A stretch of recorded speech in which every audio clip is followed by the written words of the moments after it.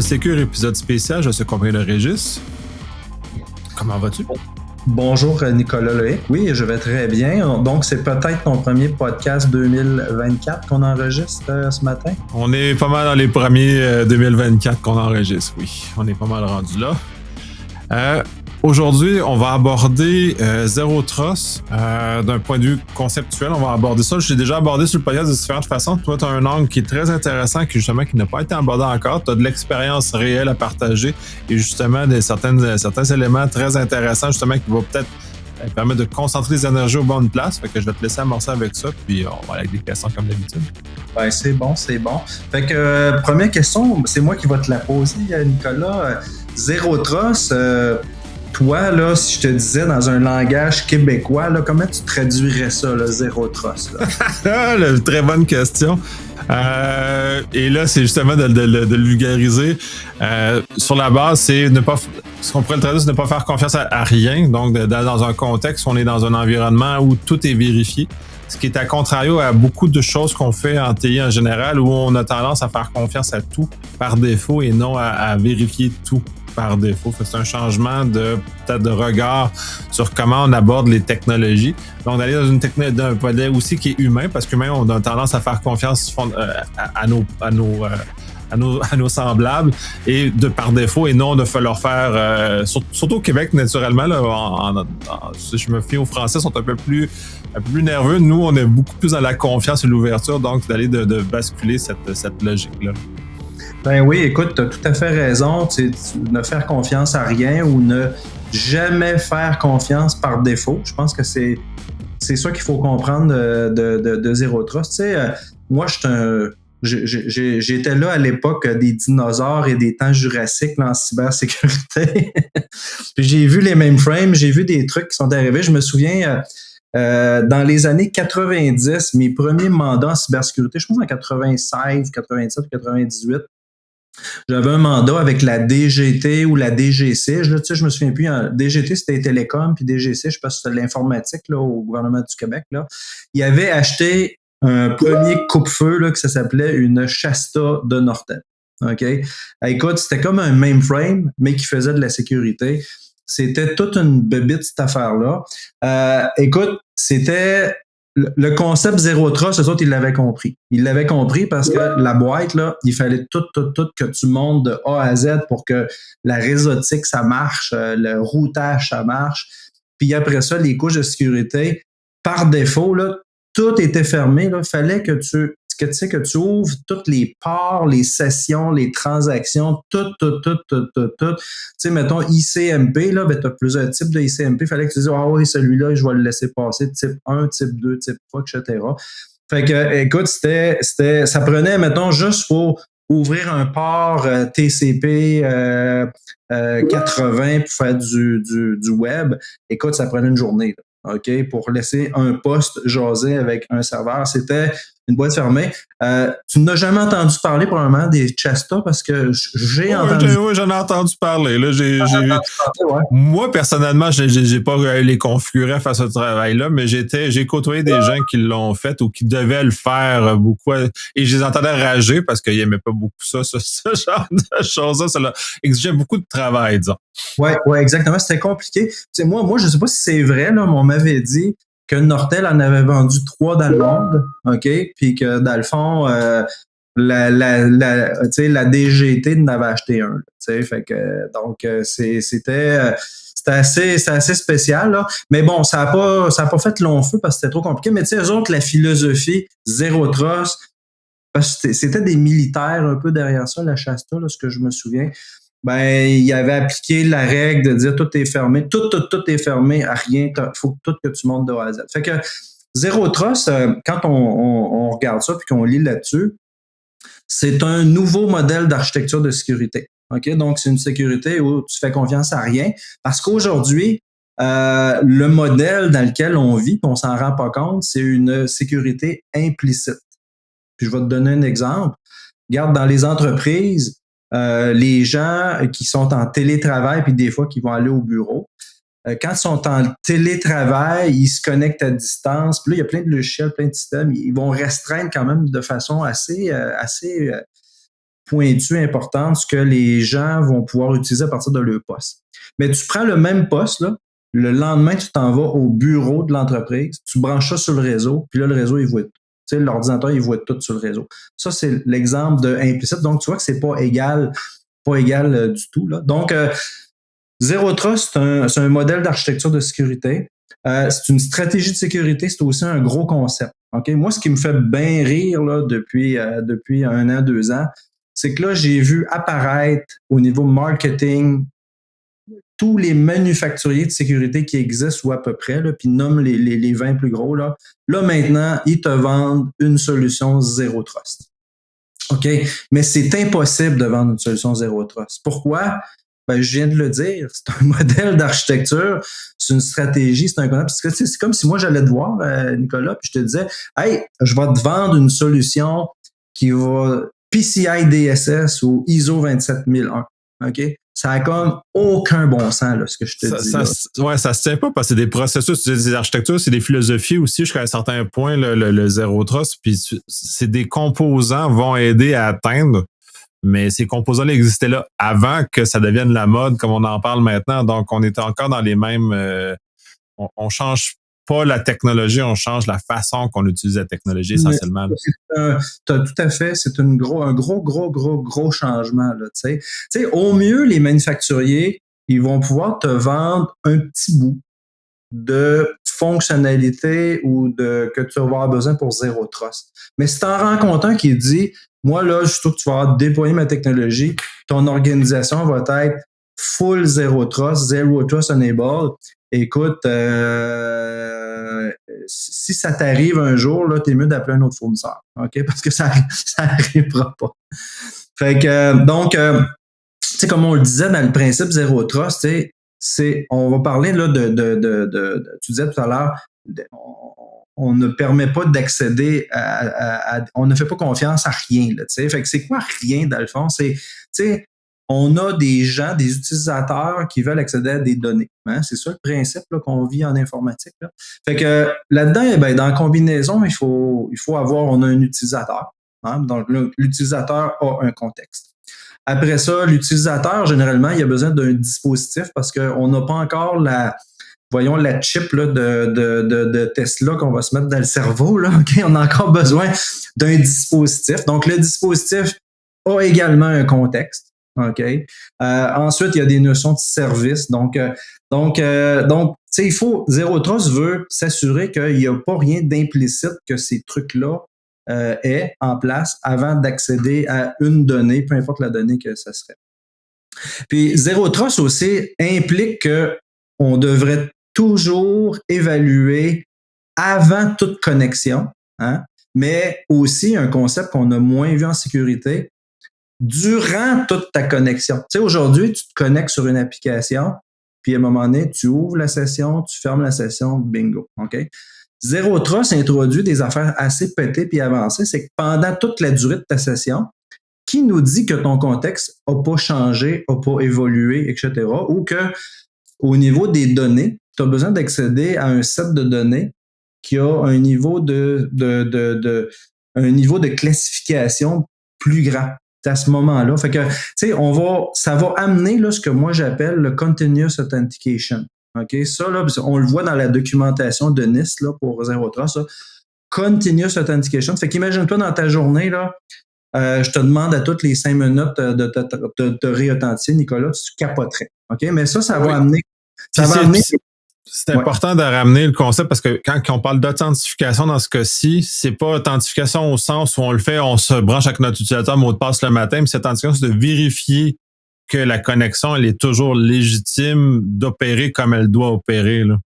Exactement. Donc, tu sais, puis on va évaluer, dans le fond, le concept derrière Zero Trust, c'est d'évaluer la posture qui est la combinaison, dans le fond, de deux choses, l'individu et le dispositif, pas juste un ou juste l'autre. Aujourd'hui, on a tendance à dire, ben c'est le poste, c'est Voice Connect, après ça, c'est l'individu. Tu sais, c'est comme en parallèle. Zero Trust va amener comme une genre de combinaison. Ça va être le contexte puis la posture de cette combinaison-là ensemble. Tu sais, parce qu'il y a une grosse différence entre Tu sais, toi, tu es sur ton ordinateur, tu es branché sur un réseau, un fournisseur Internet au Canada. Moi, je peux être en Corée du Nord avec mon ordinateur. Pourtant, au niveau d'utilisateur, on peut nous avoir donné des permissions, par exemple, d'administrateur dans des systèmes. Okay? Tu comprends que moi, là, mon contexte, vu que je suis en Corée du Nord avec mon ordinateur, amène beaucoup de risques, tu sais, pour l'organisation avec laquelle je me connecte, que je veux accéder aux données. Tu sais. Donc c'est ça. Fait qu'écoute, aujourd'hui, tu sais, on voit beaucoup de contrôle informatique lors des accès à distance en télétravail parce que ça l'a. Tu sais, on se dit, hey, t'es dans un milieu hostile, etc. Mais ce qui est un peu particulier, c'est que quand l'ordinateur revient au bercail à la maison, là, on lui permet d'accéder à tout. OK?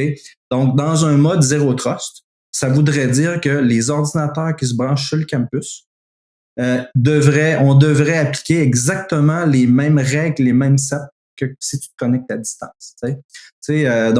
Donc, ça va amener beaucoup de changements, puis ça va amener beaucoup d'innovation aussi dans le continuous authentication, par exemple. Hey, aujourd'hui, on ne pourrait pas faire ça avec des mots de passe, du MFA. Fait que là, on va commencer à jaser, dire c'est la biométrie, mais c'est aussi du comportemental. T'sais. Fait qu'il y a de plus en plus de technologies là, qui arrivent, là, des nouvelles affaires. Ou est-ce que, par exemple, ils vont faire la signature kinétique de comment tu tapes les touches sur ton clavier et que tu manipules ta souris puis que tu travailles sur ton téléphone, OK? Puis, ils sont capables, écoute, en quelques secondes, ils vont faire ta signature. Puis, ils sont capables de valider que, je sais pas moi, 30 minutes après, quelqu'un d'autre vient sur ton clavier, ce n'est plus toi. OK? Fait que ça l'amène des choses vraiment de l'innovation intéressante qu'on n'avait pas aujourd'hui. Aujourd'hui, on pense même pas à ça. On se dit, hey, il est connecté, c'est bon, on va le laisser faire sa session. Sa session peut durer 1 heure, 1 journée, 3 jours, 10 jours. Tu sais, mais c'est la même. T'es sûr qu'on a la même personne derrière le clavier et qui fait ça, là? Donc c'est ça. Fait qu'écoute, c'est un gros changement. Fait qu'on peut imaginer que ça va avoir des impacts considérables. Là. Donc, tu sais, dans ce modèle-là, on parle plus aujourd'hui, tu sais, on a une protection de données par segmentation, beaucoup de réseaux, puis de contenants, puis on va protéger l'ordinateur dans notre centre de données, notre centre de données d'une certaine façon, dans le cloud d'une autre façon. On essaie d'appliquer des politiques similaires, mais c'est pas vraiment évident. Là, t'sais. Fait que Zero Trust, normalement, va faire en sorte que peu importe où ta donnée est située, que ce soit dans un centre de données ou que ce soit dans le cloud ou même sur un ordinateur, tu vas utiliser les mêmes mécanismes, la même façon pour protéger cette donnée-là. Tu peux-tu imaginer le changement qu'il va falloir faire pour arriver jusque-là? On parle de micro-segmentation. C'est ça qu'on parle. Oui, notamment. Puis, il faut pas arrêter là aussi parce que il y a plusieurs facettes, là, parce qu'à une certaine époque, le Zero Trust, ce n'était que réseau. Ce n'est pas que réseau, c'est identité, c'est application, ça se met dans plusieurs éléments, donc il faut les réfléchir différemment. C'est sûr que l'exemple le plus connu à grand déploiement, c'est Google qui l'a fait avec Beyond Corp, notamment, qui est une stratégie qui n'est pas la stratégie, c'est ça, il faut faire attention, parce qu'eux l'ont réfléchi comme ça depuis très longtemps, depuis qu'ils sont fait attaquer massivement, il y a quand même plusieurs années, là, ils ont tout changé, et ça leur a pris des années avant de modifier d'une approche à l'autre, puis ça demande justement une approche différente et de justement se débarrasser de nos vieilles structures, nos vieilles pantoufles, puis de réussir à réfléchir différemment aussi. Puis c'est probablement l'aspect le plus difficile, c'est pas la technologie, mais c'est de réfléchir différemment pour nous amener dans cette zone-là qui est celle du Zero Trust. Hein.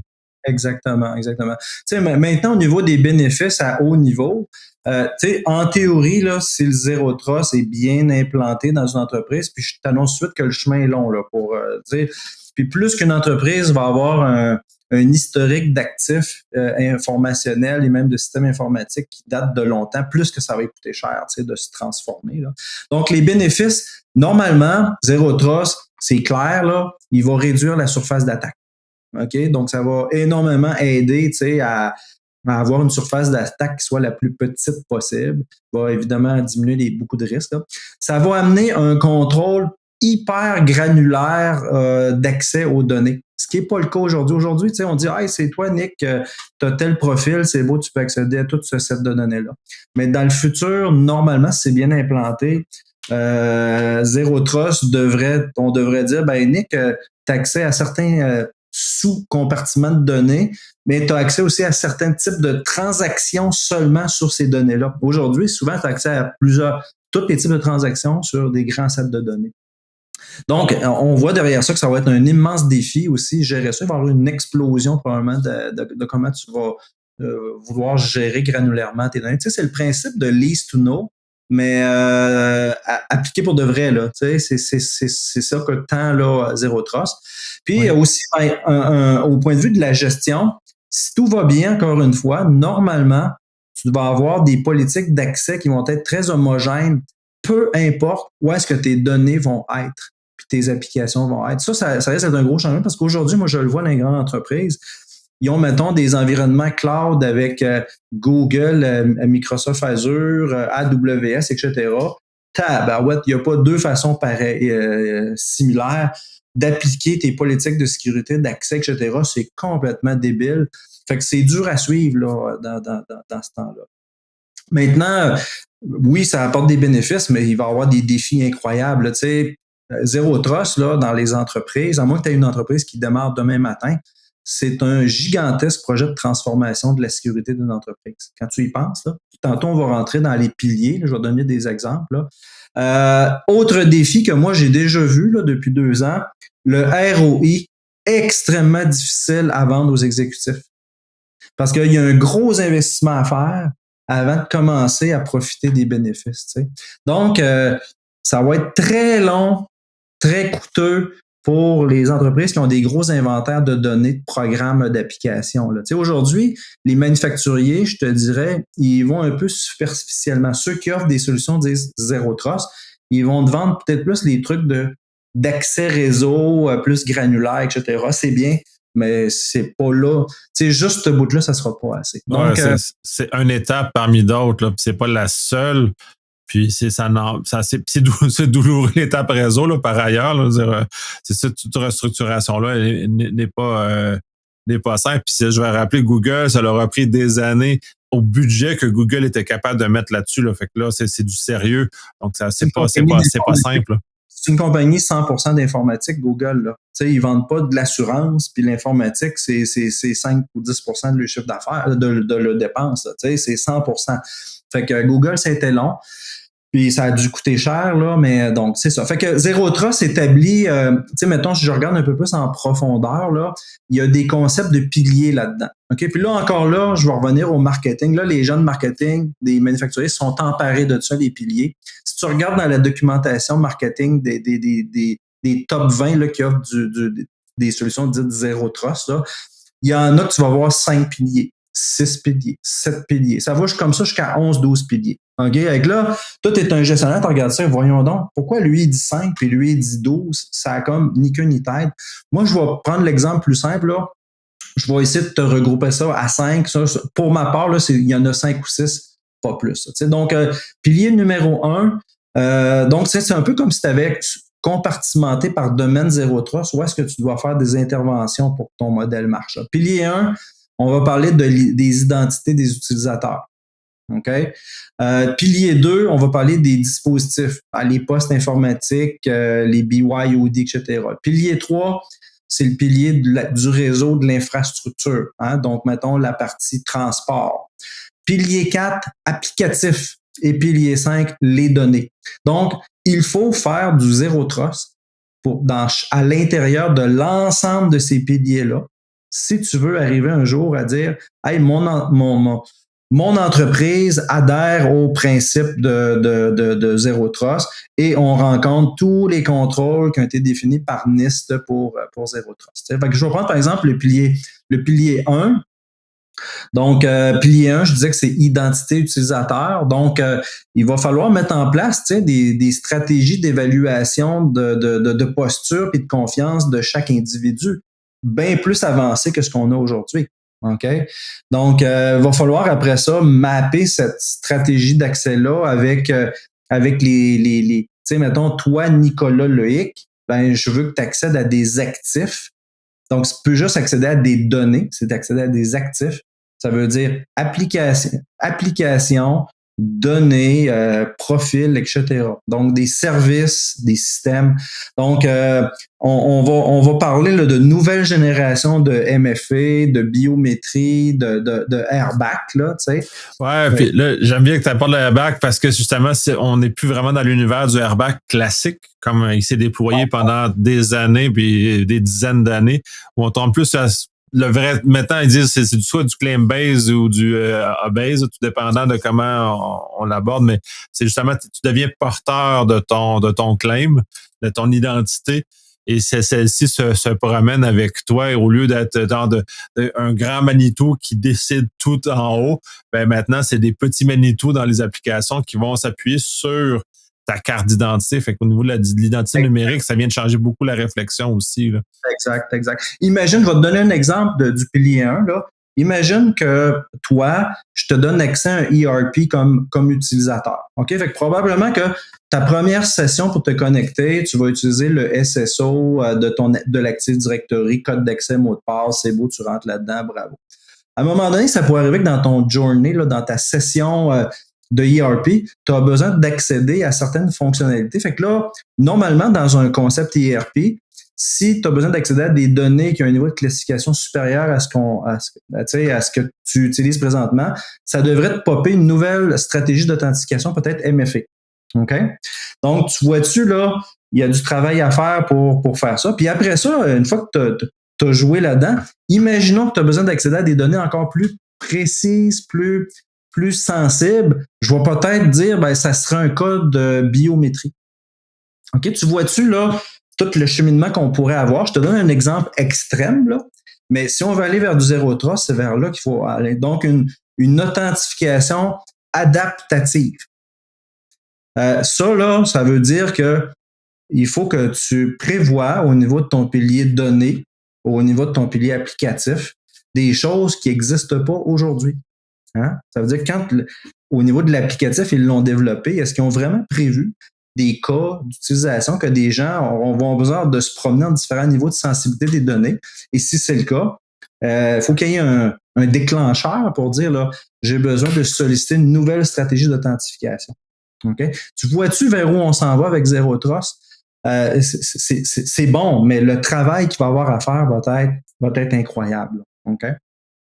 Le pilier 2, maintenant, les dispositifs, les postes, les téléphones intelligents, ce que tu voudras. Donc, il va falloir aussi, avant que ça se connecte à quelque part sur des services, des applications, des systèmes, évaluer le niveau de confiance du dispositif puis la mapper avec la stratégie d'accès, là, un peu comme on le fait l'utilisateur.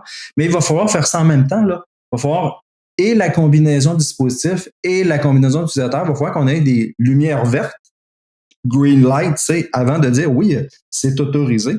Puis peut-être que dans certains cas, on va dire OK, tu es autorisé pour certains niveaux de sensibilité de données, mais pas d'autres. Tu sais, mettons, toi, ton ordinateur, t'es en Chine une journée. On va peut-être dire, OK, on laisse rentrer Nicolas Lehic, mais dans le ERP, il va avoir accès juste au premier niveau de sensibilité de données. Les niveaux 2 et 3, il n'y aura pas accès. Okay? Donc, tu vois, là, ça l'amène des concepts, là. Il va y avoir du travail là-dedans, là. Pas pour les gens en cybersécurité, mais il va falloir se retaper, je te dirais, des applications pour les moderniser. Zero Trust, hey, c'est pas fait, ça, là. Tu sais, les ERP vont-tu développer de ça? C'est pour ça que si tu rencontres un manufacturier qui essaie de te vendre du Zero Trust, ben, tu vas avoir un problème avec ça parce qu'il va te vendre juste un petit bout, mais le gros du travail n'aura probablement pas été fait. Là, fait que, on le sait qu'aujourd'hui, là, les applications, il y en a très, très peu qui sont assez granulaires au niveau de la sécurité d'accès pour les rôles. La majorité qui est faite, c'est one size fit all. Il y a un profil, puis tout le monde voit les choses. Fait que, c'est pas Zero Trust là, ready là, pour le moment. Là. Au niveau du pilier des données, il va y avoir du travail à faire là, pour avoir des SGBD, système de gestion des bases de données beaucoup plus granulaire, beaucoup plus facile à utiliser. Il va falloir intégrer la notion de DLP aussi à l'intérieur du pilier données, puis même du pilier applicatif. Là. Parce que les piliers applicatifs et données, on les oublie, mais la donnée, c'est l'actif ultime que Zero Trust veut protéger. Là. Fait qu'il va falloir que à cet endroit-là. Il y en a beaucoup. Fait qu'aujourd'hui, c'est assez, je te dirais, de par mon expérience à moi, c'est assez open. Là. Tu sais, ça a été la sécurité qui a été mise là-dedans est un peu elle a été faite par des gens en développement. Puis les gens en développement, ben, ils se sont fait aider un petit peu, mais tu sais, il n'y avait pas nécessairement une grosse réflexion de zéro trust, dont je fais confiance à rien. Non, c'est plus une confiance implicite là, qui a été déployée, à mon avis, dans la majorité des applications. Okay? Fait que, au niveau aussi, au niveau zéro trust, là, je te dirais un pilier qui va être super important, ça va être le numéro 1, là. Les individus utilisateurs, les identités, parce que c'est là que va gérer probablement la GIA. Là. Puis la GIA va avoir un rôle considérable dans les premiers pas, en tout cas, de zéro trust des manufactures. Oui, ben c'est là où d'ailleurs les plus grands campagnes de marketing se font maintenant, là, ce qui n'était pas le cas avant. Là. Avant, on parlait juste du réseau, maintenant on va parler beaucoup plus d'identité. Mais encore là, là, tu parles de très belles technologies en temps réel. Moi, je les ai pas vues en déploiement, puis les seules choses que j'ai vues en déploiement à l'heure actuelle, c'est ce que Azure fait. Et ça Azure Entra, qui est quand même assez limité en termes d'effets continus. Puis c'est très nouveau chez Microsoft de déployer ce type de technologie-là. Et c'est loin d'être parfait encore, contrairement à ce que je ne connais pas, là, du côté Beyond Corp de Google qui clament qu'ils sont beaucoup plus souples sur ces éléments-là, parce que beaucoup plus en maturité sur ce que c'est. Mais encore là, le réel, ces compagnies, c'est bien qu'ils en parlent. Mais les choses, c'est qu'il faut qu'on déploie dans nos compagnies, dans nos infrastructures, ce qui est beaucoup plus complexe. Et justement, de réfléchir l'identité, c'est quelque chose, mais réfléchir les dispositifs. On a eu la réflexion pendant le confinement, là, est-ce qu'on permet les dispositifs personnels, dans quelle mesure on le permet, qu'est-ce que ça permet d'aller plus loin, ce genre d'éléments-là, comment les technologies s'articulent, comment le cloud, tu le mentionnais, le cloud, justement, c'est trois univers, c'est trois grands univers, si on parle des trois grands cloudeurs distincts, et là, si on rajoute les plus petits cloudeurs régionaux, comme OVH, par exemple, c'est encore une autre structure différente dans un autre univers qui est complètement différent, on n'est pas capable d'harmoniser dans l'ensemble du oui. Comme tu le dis, tu disais avec Microsoft Azure, moi j'ai lu beaucoup de documents de Microsoft Azure, fait que je pense que dans le monde de Microsoft Azure, ils font des belles choses qui tendent vers zéro trust, mais une entreprise, en tout cas à moins qu'elle soit très petite, là, comme tu dis, ils n'ont pas juste du Microsoft Azure dans leur organisation, souvent ils ont du legacy qui va dater de plusieurs années dans leur propre centre de données ou hébergé ailleurs. Fait que là, zéro trust, on disait tout à l'heure, on veut que ça soit homogène, on veut que ce soit partout en même temps. Fait que là, tu vas te ramasser avec un Microsoft Azure qui va peut-être être plus avancé, plus mature pour ce que tu vas utiliser avec eux autres, mais tout le reste va être à la traîne. Tu sais, c'est pas ça qu'on veut avec zéro trust. Fait que comment harmoniser les zéro trust entre les différents manufacturiers? Parce que dans le fond, zéro trust, ça ne sera pas une solution, ça va être des solutions de sécurité, puis des solutions informatiques, de réseautique, etc. Donc, il y a énormément de travail à faire, puis la transformation va être grosse. Moi, ce que je vois beaucoup, Nicolas, c'est, je te dirais, souvent, là, il y a un premier pas qui est fait vers le zéro trust. Encore là, une fois, là, ça revient au principe que c'est juste un petit bout de zéro trust. C'est avec SASE, là, Secure Access Service Edge. Là.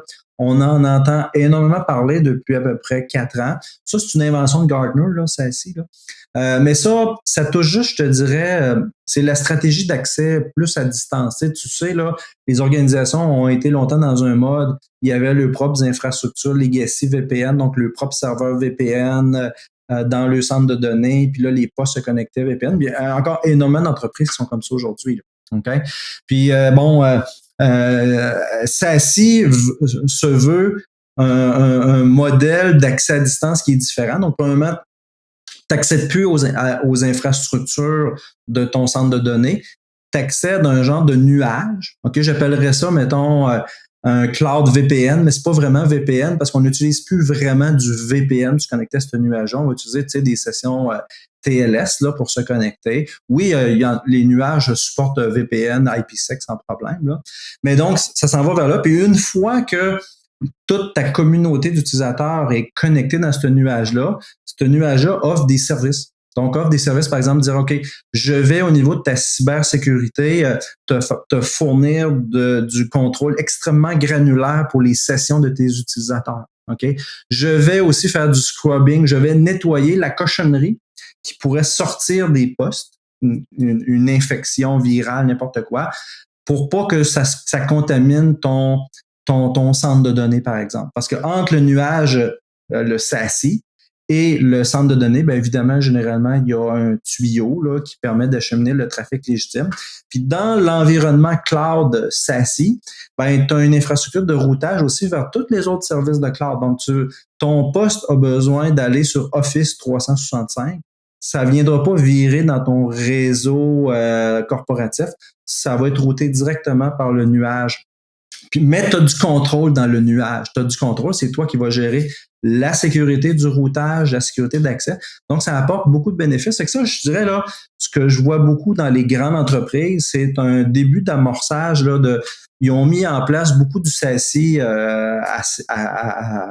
pour remplacer le vieil infrastructure VPN, puis ils commencent à profiter de ça. Maintenant, il y a des fournisseurs là-dedans qui sont plus avancés que d'autres. Là. Il y en a, par exemple, que une fois que l'agent SASE est installé sur le poste, quand le poste revient au campus, il est suffisamment intelligent pour dire les politiques d'accès réseau qu'on a données à l'extérieur, on les applique aussi à l'intérieur de l'organisation. Donc, tu es capable de transposer, là, je dirais, là, c'est des fonctionnalités zéro trust. Tu es capable de les faire fonctionner à l'intérieur de ton campus.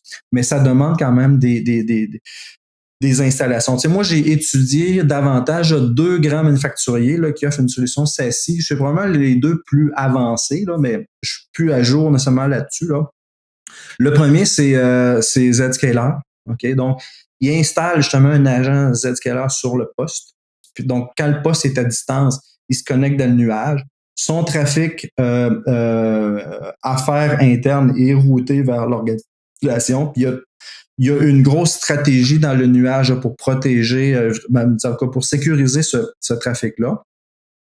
Quand le PC revient à l'intérieur du campus pour se brancher, ben, tu mets en place un genre de proxy zéro trust en place, puis toutes les sessions à l'interne doivent être validées, approuvées par ce proxy-là avant d'être réalisées à l'intérieur vers les systèmes.